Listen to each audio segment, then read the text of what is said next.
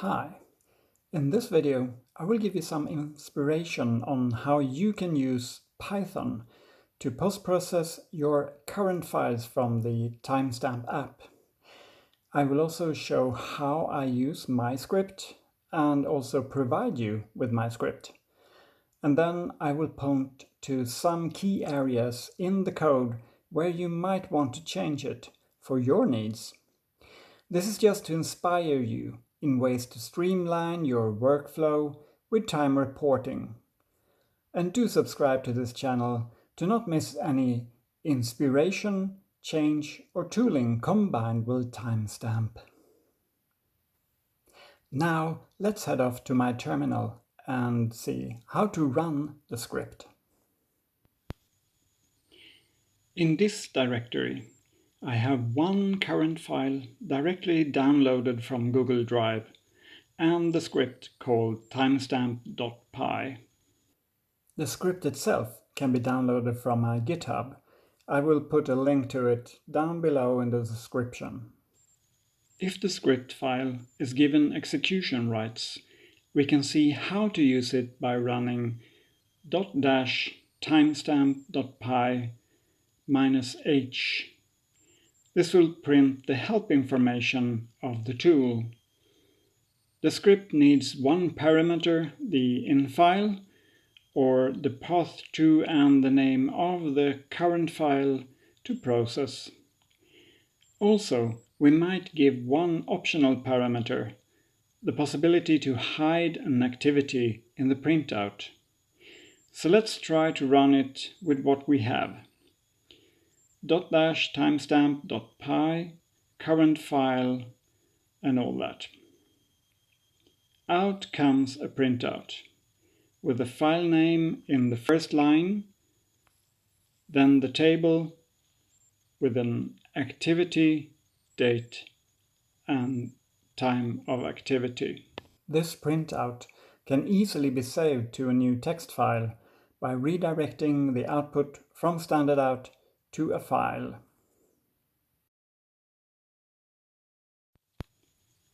--timestamp.py, current file, outfile.txt. Let's see what we get. We type cat outfile.txt. Now you might remember from my video on how to do this in Google Sheets, and a link to that video I will put up here, that I'm not that interested in the play action. So let's hide it from the printout. --timestamp.py --hide play and current file. And here I have all I need, except some 15+ hour workdays that I do not recall.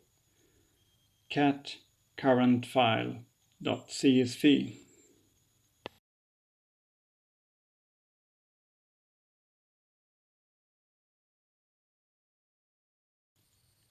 And it looks like I forgot to stamp out from work at 3 occasions in July. So it's just to edit the missing timestamp into the current file and run the script again. I use gedit on the current file.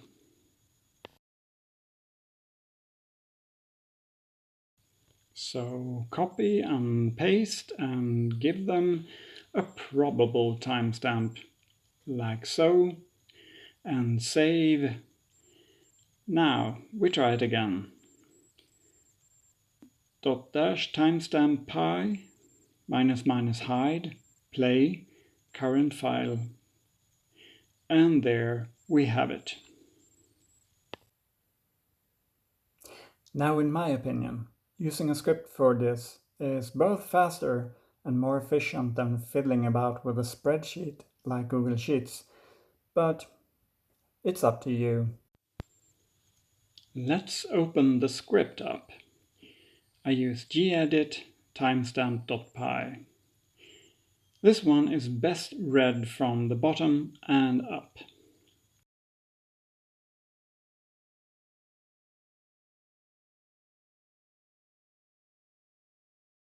When run, the main function is called. It basically sets up the argument parsing and help texts, then calls the only default function if provided with an in function, the command do function.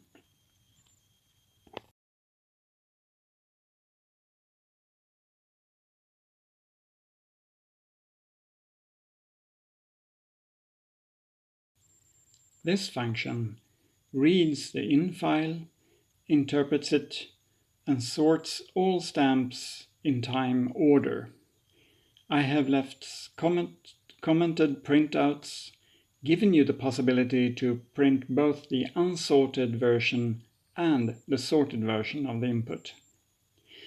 Do note that Python can interpret the timestamp text directly, as in row 46, so there is no need to change any formatting here, as compared to Google Sheet.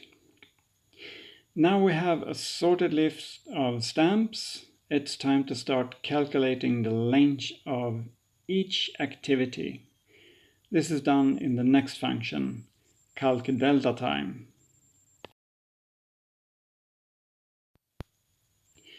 This function works as an iteration over rows in a list of timestamps, where we must keep the prior row in memory.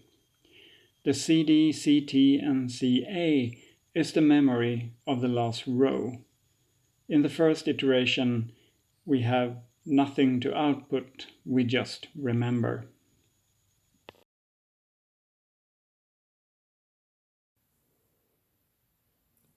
As I am only working daytime, you might want to change how this is done if you work around the clock.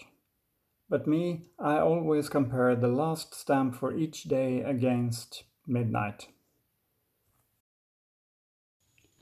This can be seen on rows 26 and 32.